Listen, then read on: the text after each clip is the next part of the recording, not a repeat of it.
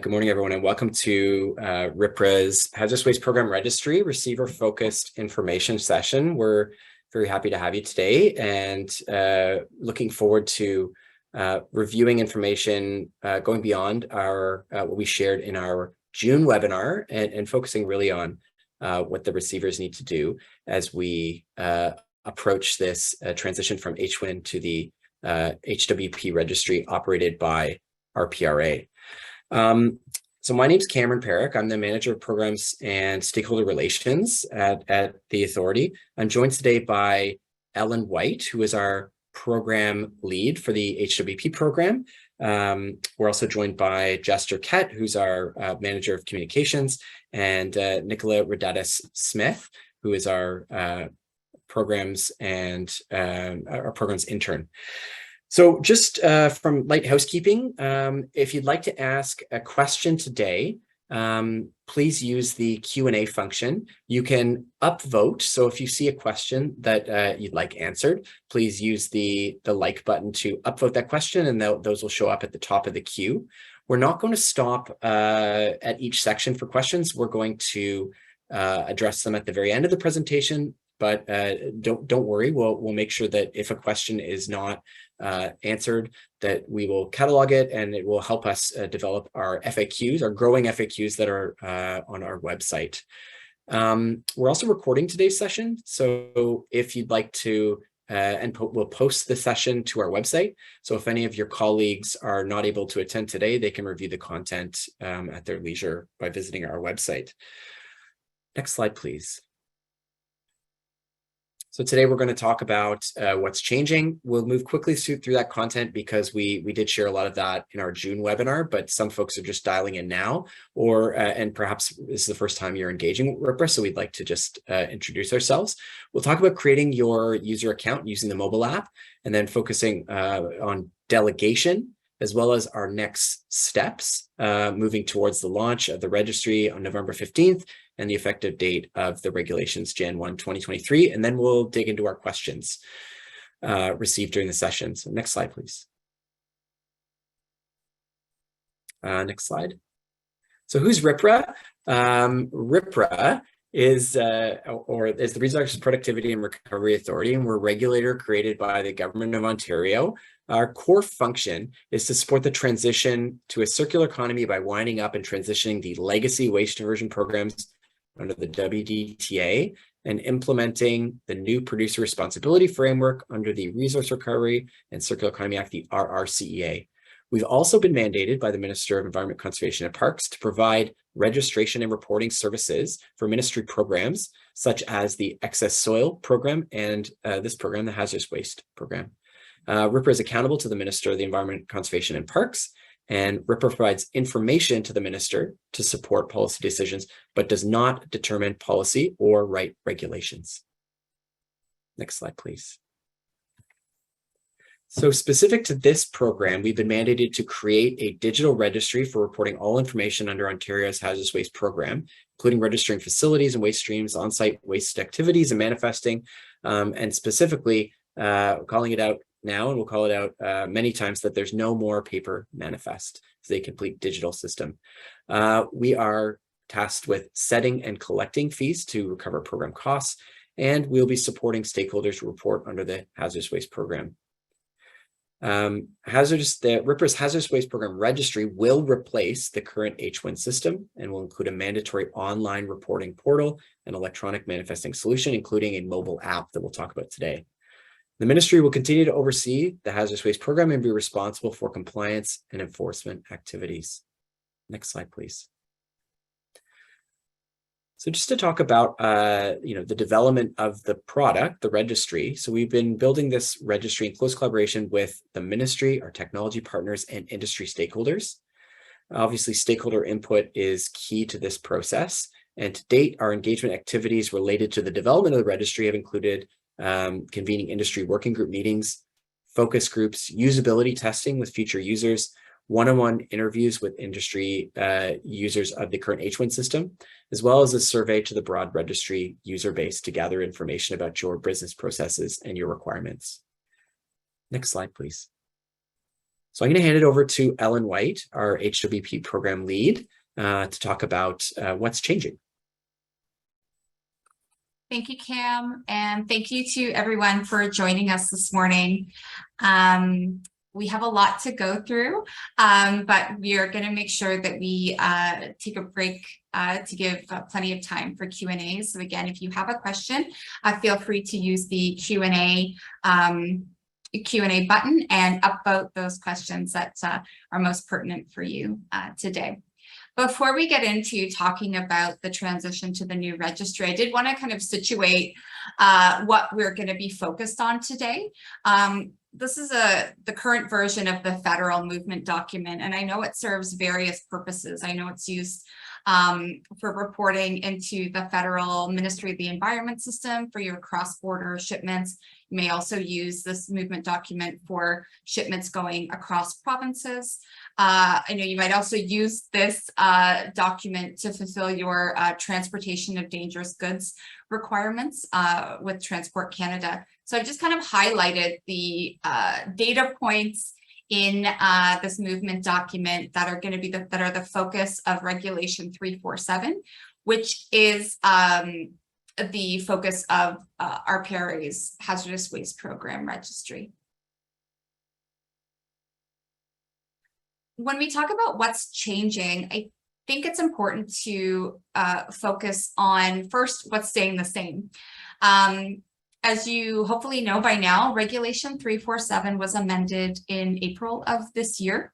The changes in the regulation are mostly related to where you're reporting information and how you're reporting that information. But the who needs to report and what waste is subject to reporting and waste management requirements, that's not changing. So the activities and the users who were exempt from reporting under 347, those exemptions are largely still in place. Starting in January 1, it's just you're going to be reporting to a different portal. You're no longer going to be using the Hazardous Waste Information Network, or HWIN. You're going to be reporting your waste management activities to RPRA through our Hazardous Waste Program Registry. Another key change is, as Cameron mentioned, and we're going to be mentioning multiple times today, all of your hazardous waste activities, including your manifests, are going to be submitted through the registry. No more paper manifests. Another key change in the regulation is we've eliminated the annual registration requirement. If you're a current generator in the HWIN program, you may know that every year you have to submit an annual report between January and February 15th. That requirement is going away. You'll be reporting your facilities and your storage, your disposal information at the time you're required by the regulation, but you're not having to come in every year and repeating that process.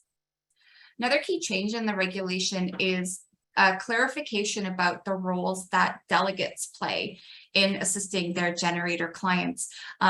Several of you on the phone may already be providing services to your generator clients around waste identification and reporting on their behalf. The regulation just clarifies that that is an acceptable practice and ensures that if you are acting on behalf of your generators, you can do all of the reporting on behalf of their generators. So your generators don't have to create registry accounts. You can do all the reporting for them on their behalf. Just as a reminder, so while the regulation was amended in April 2022, the changes that we're going to be talking about today largely take effect on January 1st, 2023. A summary of the key changes. So again, what's ending is that annual registration for each generating facility. That's going away. No more paper manifests. That's going to be done digitally through the registry. The substance of your reporting is remaining the same. So you're going to be reporting the same information about facilities, the wastes that are generated, on-site reporting, manifesting, requirements about when you need to report. That all stays the same. New requirements are, of course, the requirement to report through RPRA's registry. The clarification about the ability that a generator can delegate their reporting and fee payment responsibilities to a delegate. There is a requirement for carriers and receivers to create registry accounts, and we'll get into that a little bit more. In the current system as receivers, you may not be using the HWIN website unless you're using the e-manifesting option. In the future, starting in January, you will need to be registered in the registry in order to be listed on a manifest and receive waste. An option I'm not going to get into too much today. We mentioned at our webinar in June that after talking to industry, we are developing an integration that would allow companies that have an internal data management system to integrate with the registry to send data directly from their systems to the registry. In June, we invited interested companies to participate in that process with us, and that development is underway as we speak. Yeah, just one more slide is great. So the question might be, why do you need a registry account as a receiver? You have to be set up in the new registry in order to be listed on a manifest as a receiver. In order to create, edit, and sign manifests. You're also going to be doing your corrections to manifests within the system and your completion. So what you might know as Part C of your manifest, that's all going to be done through the registry. You're also going to be able to do your waste refusals, if there are any, through the registry system as well. You might want to mark your calendars. November 15th, 2022 is the date that the registry is going live. And we are going to encourage all receivers to come in as early as possible in November to set up their accounts and get everything ready so that you're ready to receive waste that's logged through the system in 2023. Paper manifest no longer accepted on January 1st, 2023. For receivers, I'll take a moment to clarify just when the waste need to be reported through RPRA's registry versus HWIN. So if you're a receiver and you're receiving a paper manifest and it has a shipment date in 2022, you're going to be continuing with the current HWIN process. If you're mailing copies into the ministry today, you're going to continue to do that if the shipment date on the manifest is in 2022. If in 2023 you are receiving manifests, if the carrier shows up with a manifest with a 2023 shipment date, you will be asked to contact the carrier and the generator to let them know that this paper is not compliant, that 2023 waste shipments have to be registered through the registry, and that they'd have to register it that way to be compliant. The ministry will not be accepting paper manifests with a 2023 waste shipment date.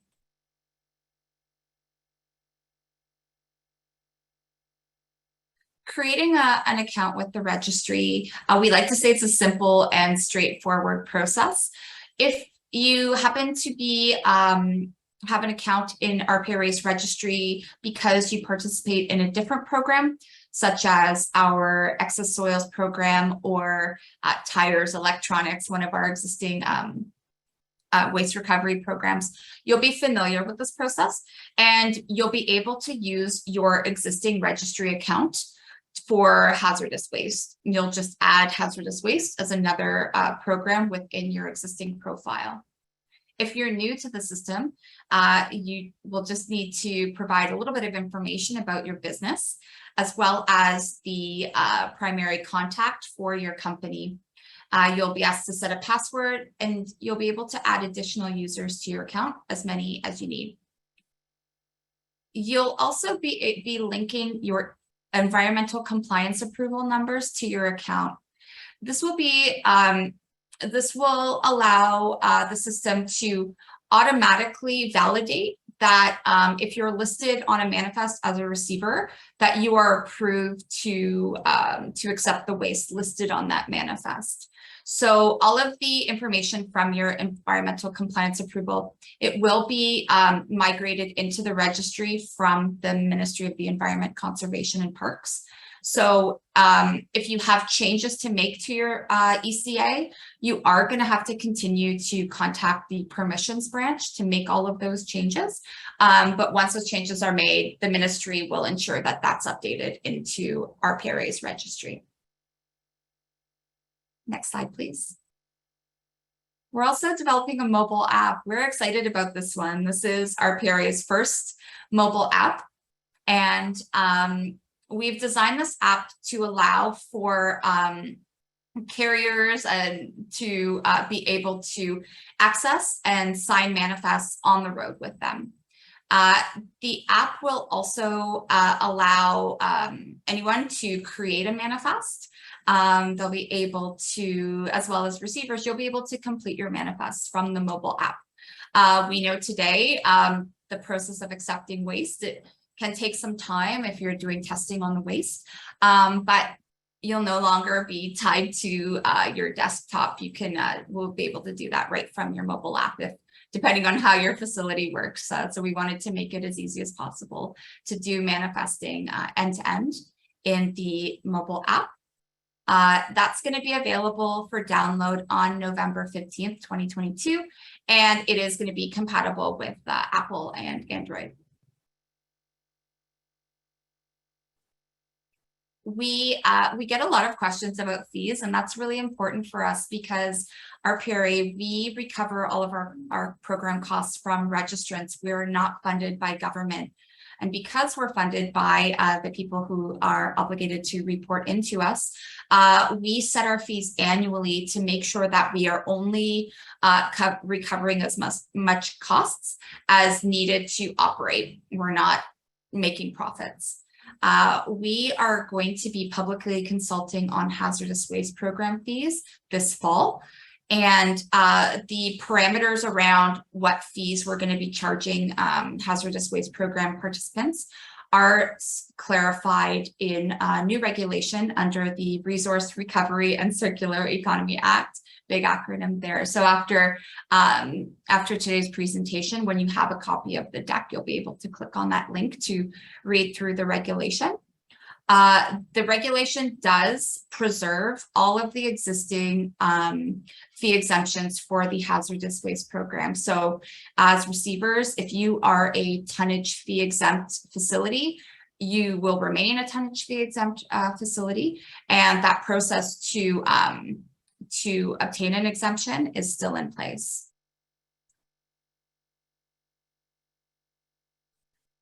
Some of you, I'm sure many of you on the call are also generators, so may be familiar with paying fees within the HWN system. The fee payment for registry users for generators and their delegates will be a little bit different in the registry. The registry will not have a prepayment option. Currently today, I know several generators will prepay for based on an estimate of how much waste they will be shipping throughout the year, and they're maintaining a balance in HWN. We won't be having that option in the registry, and we won't be transferring balances over from HWN into the new registry. So we're asking you to keep that in mind if you're about ready to top up your HWN account. You may want to reach out to the ministry for more information about how those balances will be reconciled following the 2022 reporting year. However, I will say that the ministry is also preparing information that they will be sharing with current HWN users about how that process will happen. In the registry, instead of that prepayment, we're going to be issuing monthly invoices, and that invoice will be issued to the generator company for all the facilities they operate, or it will be generated to the generator's authorized delegate if they've delegated to a delegate in the system. So let's talk about delegation. This is a new definition in the regulation that clarifies an existing process.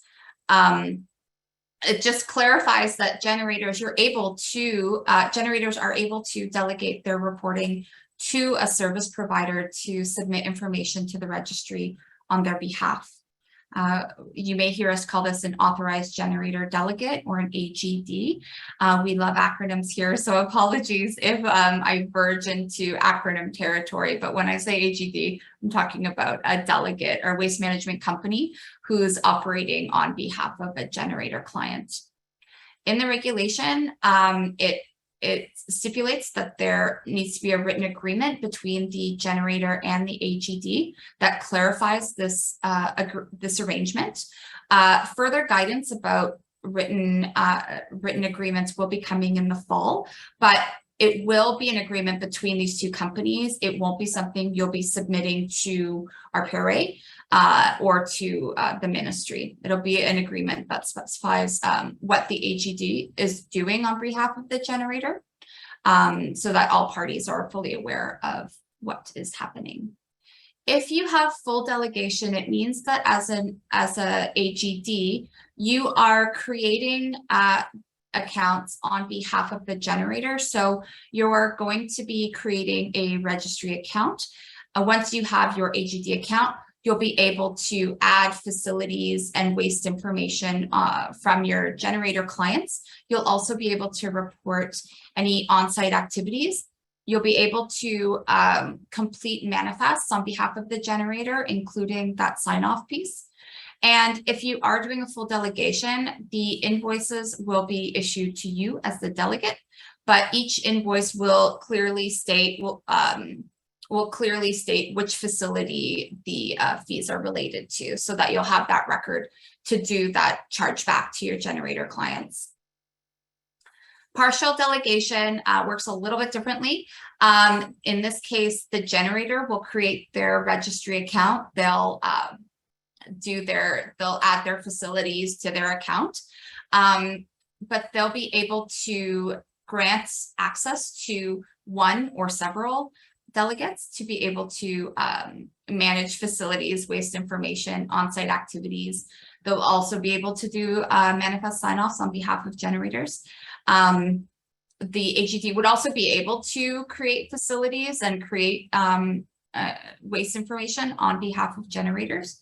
The one difference would be that the generator would be issued invoices and directly through the system.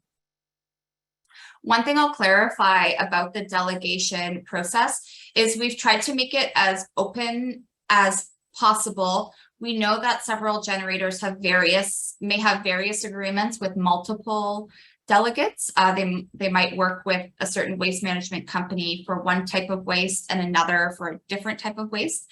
The system allows you to do any kind of combination of full delegation to some, partial to others. You can partially delegate to multiple AGDs. You can do a mix of both. So the system, we've heard from industry about the various business relationships that you have, and we wanted to make sure that this delegation function in the registry meets as many of those scenarios as possible.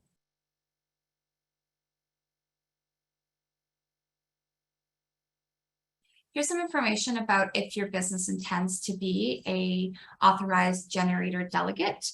And how you can prepare your generator clients for delegation. And again, I'll just reiterate that if your business is already doing waste identification on behalf of your generators and you're reporting this through HWIN, you will be acting as an AGD in the new registry if this is a practice that you'd like to continue.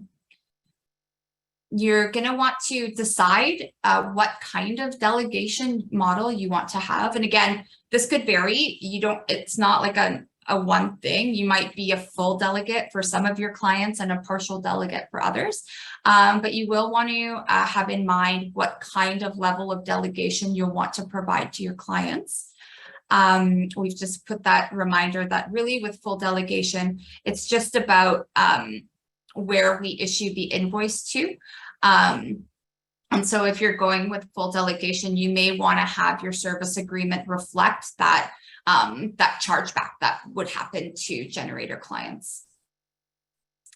We are going to start our generator focused information sessions next week.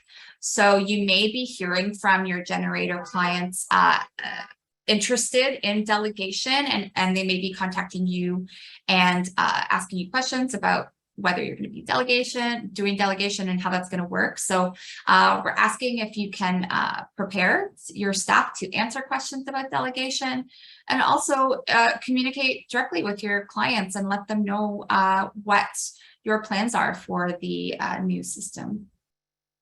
If you're going to be acting as a full delegate, you will need to gather the current generator numbers and H1 usernames for each of your generator clients.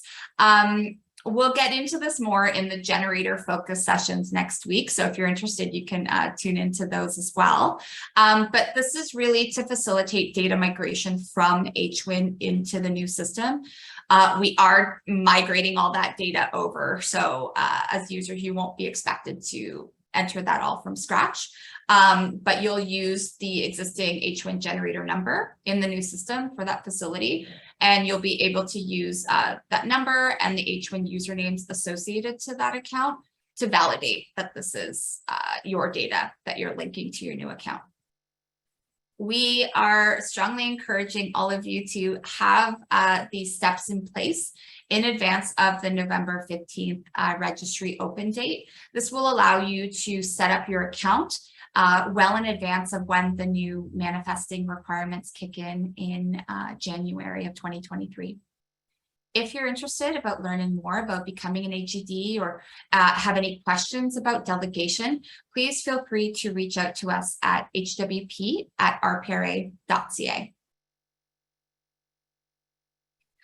We're going to take a moment to show you a pre-recorded demo of the registry. This is a work in progress. You'll see some placeholder text.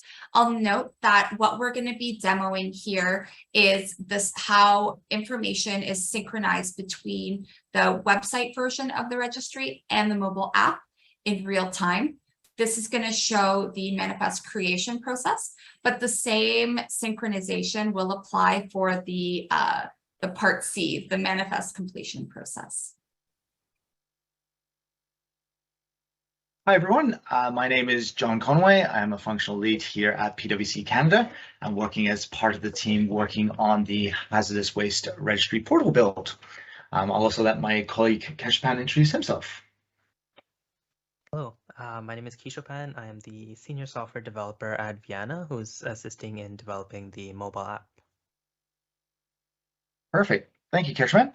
So today we'd like to do a short demonstration just to showcase the functionality regarding creating a new manifest on the mobile application and highlighting how the information which is entered on the mobile application is replicated on the desktop application and how that synchronizes live as well.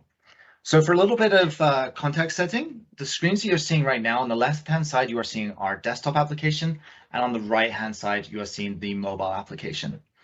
On the top left of the desktop, you can see the name Stanford Waste. That is the name of the company that we are logged in as. And on the top right of the desktop, our user is Ryan Creek. Alternatively, on the right-hand side on the mobile application, you can see that we're still logged in as Stanford Waste, so for that particular account, and our user is Jordan River. So we have two different users from the same company logged in. If we close the profile page on the mobile application, you will see that both users can see the same manifest listed there. So that manifest listed there ending in 1388 for the Lakeshore factory and currently has that status of in transit. So they can both see the same pieces of information. But what we're going to walk through is we're going to walk through the process to create a new manifest on the mobile application. So to do that, our user on the right-hand side, Jordan, is going to click on the new manifest button. So there are multiple steps involved with creating a new manifest. The first step is to select our generating company. So by clicking on the select the generator company, we have the ability to search with various fields to identify the correct generator associated with this manifest. For the purpose of this demo, we're going to search for Lakeshore Factory, and that is the name of our facility. And as we type, you'll see that the results are being populated for us. So here's the generator we're looking for. So we can just click on that and click on select. And now that that's been created, we've actually started the process of initiating our manifest. So going back to the desktop application on the left-hand side, we refresh this page now. You can see that we have a new manifest has just been created for us there, and with a status of draft. So if we click into that manifest itself too, now you can see on our overview page, we've got the details of our generator listed here, and we'll go through the next few steps to add in the carrier, receiver, and the waste information too. So right now, it's indicating there's not coverage for waste. We haven't added in the carrier information or the waste information just yet, but I'll highlight that again in a second. So the second step is to select our carrier. So in a very similar way as to how we selected the generator, we select a carrier by clicking on that in the mobile application. Again, we can search via various fields. This time we'll search for our carrier by the ECA number. So we'll search for 8524-B8. There you go, popped up for us there. So you can see the results are populating as we type. We can select our carrier, click on that and click on select. And now the carrier details have been added to our manifest. So we will refresh that page on the left-hand side on our desktop application. And you can see now that we've done that the carrier information has also been populated on our desktop application as well. So the next step is to select the receiver. Very much the same way as how we've done before. We're going to add in a receiver. This time we'll search for the address of the receiver. So we'll enter 16 Poole Street. Once more, as we type, we'll see there's our receiver that we can select. So we can click on that and click on select now. So now we've selected our receiver on the mobile application. We will refresh on the desktop application one more time. And you can see our receiver information has been added there too. So then the next step on the mobile application is to add in our waste information, which we can do by clicking on the Add Waste Information button at the bottom here. And at the top of the page, we have to enter in the required information for the shipment details. So we'll put in a scheduled arrival date of August 5th of 2022. We can select as follows for our special handling, which will allow us to put in some extra information in that box. So maybe we'll just write in that this is fragile. And then scrolling down, we'll enter in a 24-hour emergency contact number, 1-866-966-1466, and an extension 3 if there is one. So now we can add in a specific waste stream for the manifest by searching for our waste stream that was created at this specific generator facility that we've already selected. So once more, to make the information super easy to find, we can click on the Select Waste button, and we can search via various fields. For this one, if we search for the word acidic, you can see there's our waste stream there that we can select. So we can click on this one, click on Select, and now we'll enter in a few extra pieces of information here. So we've already had our shipping name and our shipping information pulled through from the waste stream itself. So it's populated some information, which we can show if we look on the desktop application on the left. Actually, here's the waste stream itself that was already created. And you can see how some of these details have already been populated on the right-hand side on our mobile application when we selected that waste stream. However, we are missing a couple of fields here. So we'll put in the quantity shipped. So let's put in 2 kilograms here. And then, of course, although this information was pre-filled for us from the existing waste stream, we can update any of these details if we so choose. So, for example, we can change that packing group from a 2 to a 3. So now we've added all of the information we're looking for. We can scroll down and review that, and then click on Create Manifest.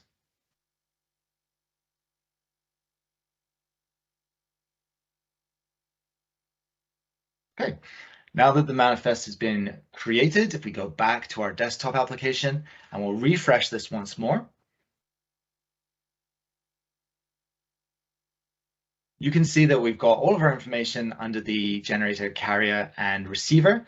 This time you can see that the waste ECA confirmation has indicated that that particular carrier and receiver are covered for the waste classes that were listed on our selected waste stream that we've input. And if we scroll back to the top of that page and click on the waste tab, you can see the details about our waste information have been added as well. So this now concludes that demonstration of how the mobile application and the desktop application have and provide a synchronized experience for our users. And you can see how the information has been updated live on both experiences. Thank you very much for your time.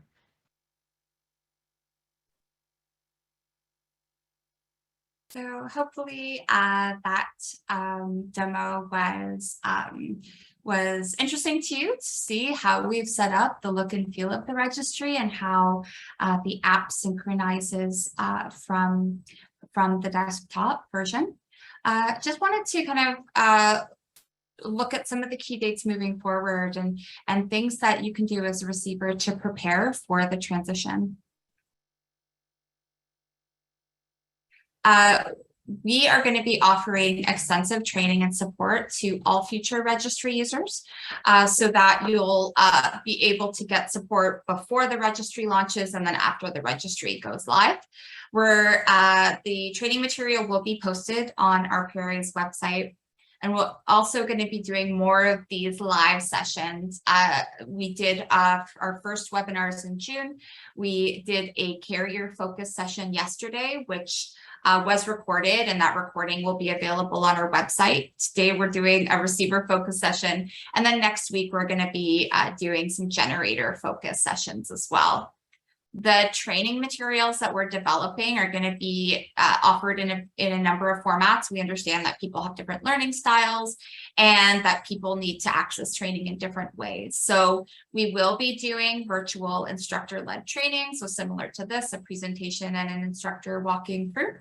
We're also going to be doing short task videos that will be able to be a quick reference. If you're in the registry and you need help with a specific task, you'll be able to reference them. We're also going to be doing some simulations so you can get practice entering information into the registry in a safe environment that's not going to affect your live registry account. For those of you who may prefer written instructions, we are going to be doing some quick reference guides, one-pagers that will walk you through quicker tasks, and then longer form step-by-step instruction manuals if you wanted to print it out or have it next to you on a screen and reference as you're going through the registry. All of our training content will be role-based, so you'll be able to understand the requirements from the role that you are playing in the registry, and it will cover all of the tasks that you're going to be performing in the registry. That training material, it will be available by November. So before the registry goes live, you'll be able to access that training material, but we'll be rolling it out as it becomes available. We'll have a resources slide where we can show you all of the places where you can get access to this information. Some key dates to keep in mind, maybe just have these at the ready. Between now and early fall, this would be a great time for you to ensure that your staff are aware of the transition from paper to the use of the registry and mobile app for manifesting. Make sure that your staff who are going to be completing manifests, that they have an email address that they can use to create a registry account or to get access to a mobile device if they're going to be using that to complete manifests. You want to make decisions about what level of delegation you're going to provide to your generator clients, and to be able to communicate those plans with your clients so that they're aware of their requirements in the transition as well. In late September is when we're going to be publicly consulting on our hazardous waste program fees. And in November, we are going to be having all of our training materials posted that you will be able to reference. November 15th, that's the open date. That's the date where you can start coming in and creating your registry accounts or any accounts that you're going to be creating on behalf of your generator clients. And January 1 is when the new regulatory requirements for reporting through the registry kick in. Here's our resources. This is going to be available in the copy of the presentation that is going to be shared on our website. But we have an extensive website that has a lot of information about the transition and the process of building the registry. We have a lot of FAQs. I see a lot of questions coming in, and we're going to do our best to answer all of the questions we can during the session. But you can also check out the FAQs where your question may have already been answered and posted on our website, as well as any questions that we may not be able to get to today. We'll definitely be keeping those in mind as future FAQs for our website. This is the first of many learning series or one of several learning series that we are going to be hosting about the HWP registry. So keep an eye on our website for that. You can sign up to our monthly newsletter where you're going to hear all of the announcements about our upcoming sessions, any news pertaining to the program. So be sure to sign up for that newsletter. If you have questions about the transition, here's some contact information for us at RPRA and at the ministry. Again, Cam mentioned the distinction. The Ministry of the Environment, Conservation and Parks, they're retaining the compliance and enforcement responsibilities of the regulation.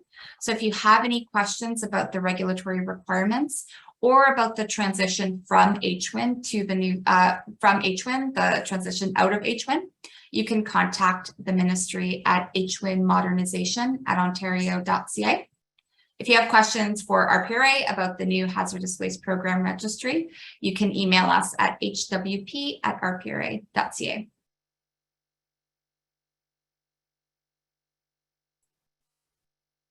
Thanks, Ellen. I'll jump in here and start asking some questions. So I'll kick it off with this one. What if a load is in transit in December 22, but is received January 2023?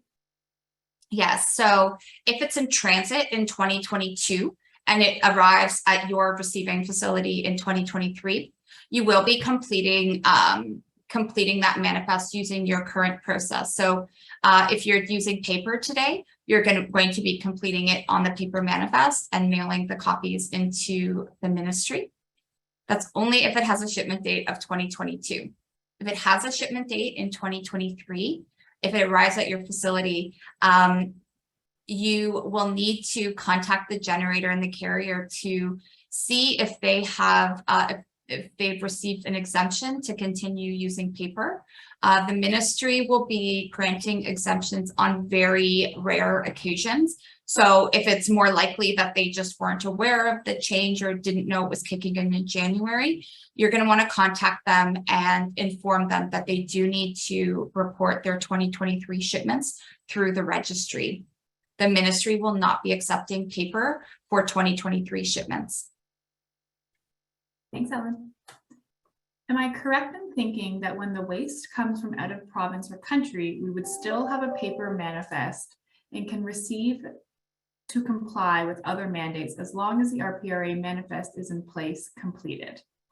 Yes. So if you are using, for example, the Federal Ministry of the Environment CNMTS system to report your cross-border shipments, you're going to continue to do that.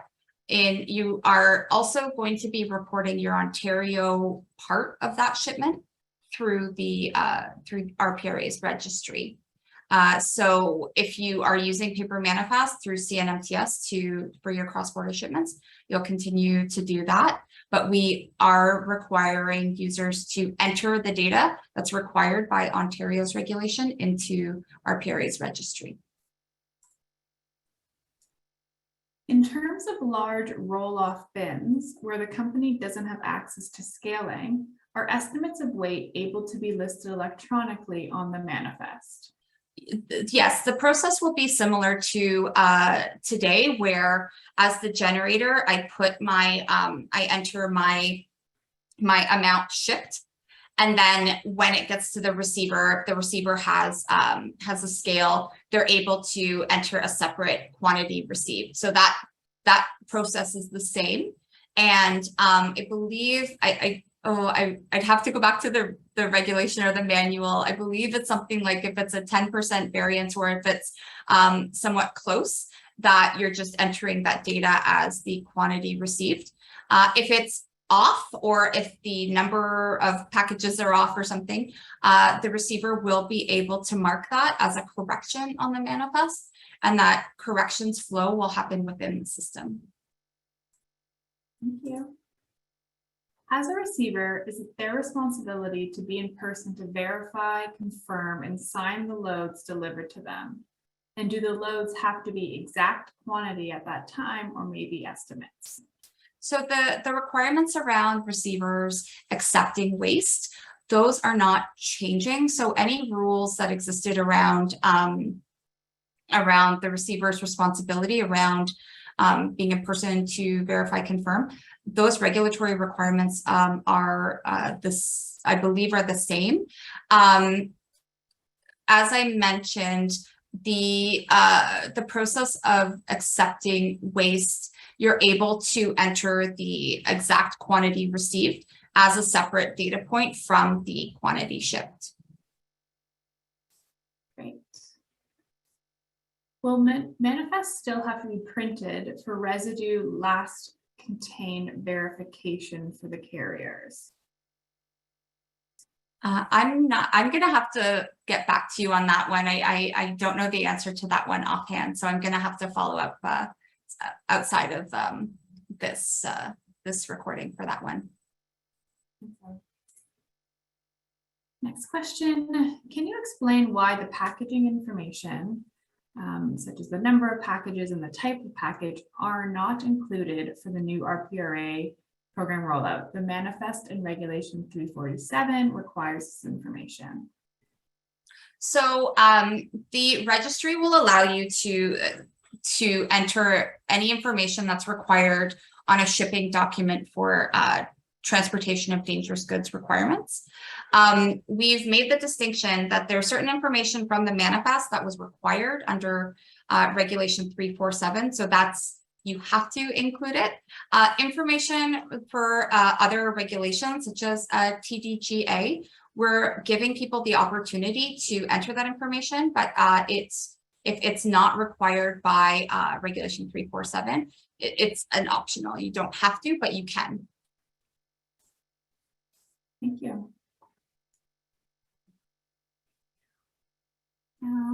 Well, this is another TDG question, but then if we can move on to another topic.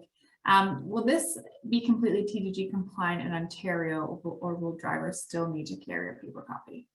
Yeah, thanks. So we answered a number of TDG questions yesterday in our carrier session. So I'd like to kind of focus on receiver questions in this session, just because we didn't have a chance to ask them yesterday. But for this one, yes, the registry will, again, you will be able to enter in any information that is required by TDG into our registry, and then you will be able to print out a PDF version of a shipment document that is compliant with TDG regulations. We have been working with Transport Canada to make sure that the registry can produce a printed document to meet that requirement. So if you need it, the registry can provide that printed copy to meet your TDG requirements. I also just want to jump in and mention to folks that the carrier focus session has been recorded and will be posted. So all that great questions and answers around TDG, you can review those once it's posted. Yes, and we'll also be sending, as we do with all of our webinars, and anyone who signed up for this session or yesterday's session will actually be receiving an email with links directly to the recordings and presentations. So they should be easy to find in your inbox. Hey, Ellen, I have another question here for you. For manifested bulk loads to an unnamed location, such as wastewater pump stations, does the receiver need to be there physically, or are they able to remotely sign off on receipt?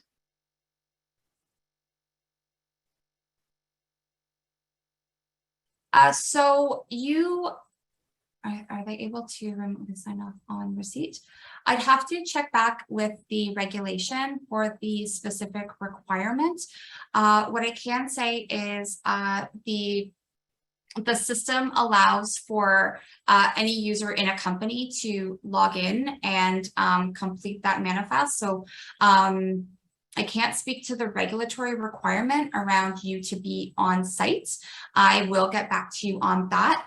But what I can say is I know that there's usually a process where you're not necessarily completing the manifest right when the waste is dropped off. I know in a lot of cases you're doing testing to verify the contents of the waste you've received, and that process takes a day or so to get those lab results. So there's not like a time sensitive requirement that as soon as you get the shipment at your location, the system is going to prompt you to complete that right away.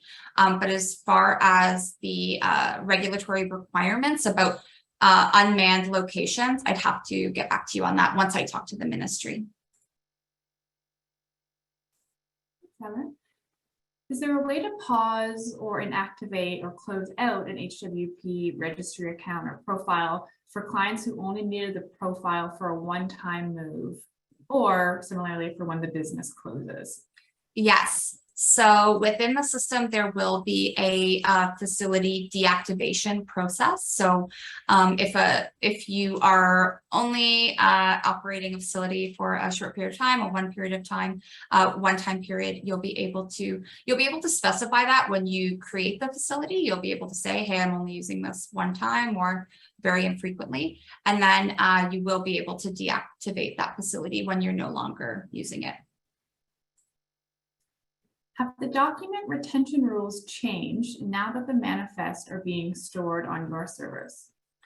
So the requirement for businesses to produce those records has not changed, but the records will be kept in the registry in keeping with those record retention requirements, so that, you know, the 3 years of data from generator registration reports, that'll all be in the registry for you to access as needed. Right. Question here. Can we create two questions, I should say. Can we create manifests ahead of time for drivers so that when they arrive at the customer, they need to only enter pertinent variables such as quantity, etc., to reduce time at the customer? Similarly, can we pre-populate information such as 24-hour emergency numbers? Yes, to both of those. You will be able to create draft manifests in the system, and you'll be able to create them as drafts. And then when you're ready to use them, you'll be able to indicate that, yeah, this is ready for shipment, ready for signatures, and then they'll be available for you know, carrier and generators to sign off on. So yeah, you can create drafts whenever you want and have them in the system ahead of time. The other, sorry, part 2 of the question was, Jess, can you? Sorry, that was about can you pre-populate 24-hour emergency numbers? Yes, so you will be able to, we will be having like a copy manifest feature. So if there is information on the manifest that you use over and over again, you'll be able to kind of copy that information from a previous manifest so that you don't have to keep typing again. Right. Thanks for rushing. I mean, sorry for rushing that one. Okay. I think we'll just take a minute to pause here. If you don't mind participating in a quick poll. This is something that we do in all of our webinars. We try to just get some quick feedback on the spot of what you thought of the session. Maybe there's some areas for improvement. So I'll launch the poll now and I'll leave it up for about a minute or so, and then we'll jump back to questions.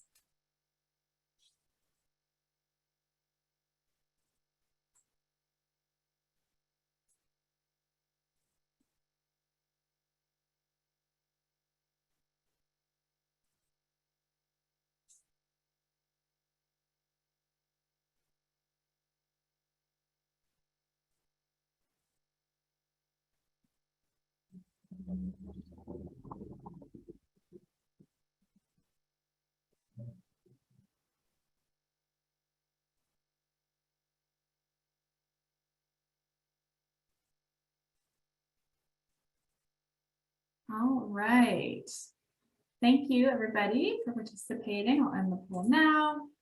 I'll just quickly share the results here so you can see what everyone was thinking. And again, this quick feedback is really helpful for us to know kind of what areas to focus on in future learning sessions. So thank you again for that. We'll leave, and maybe Ellen, trying to quickly just, you can leave this on the screen, but we can jump back into questions as well. Okay. All right. Will the system retain an audit trail to allow verification on who made what changes to a manifest? Yes, absolutely. And it's going to be very visible for any user who's looking at that manifest. Each manifest will have a box at the top for tracking information, where you'll be able to see which user signed a manifest and when, who made a correction to a manifest, and whether that correction had been accepted or not. All of that will be available in the system for you to view. Can the carrier create the manifest? Yes, the carrier can create a manifest, the receiver can create a manifest. So any user in the system, generator, carrier, receiver, can create that manifest. The one thing I'll say is that if you are creating the manifest, you're going to be the only one who's able to edit that manifest before it's ready for shipment. So you're just going to need to make sure that if you are creating the manifest, that you know the information that needs to be in the Part A and Part B of that manifest. So the waste information, the carrier company and ECA number. The one piece of data that can be entered by the carrier at any time, no matter who's created the manifest, would be that vehicle information and that contact information for the driver. If the receiver site is not in the province of Ontario and they do not have a receiver number or ECA number, can you still create a digital manifest? Yes.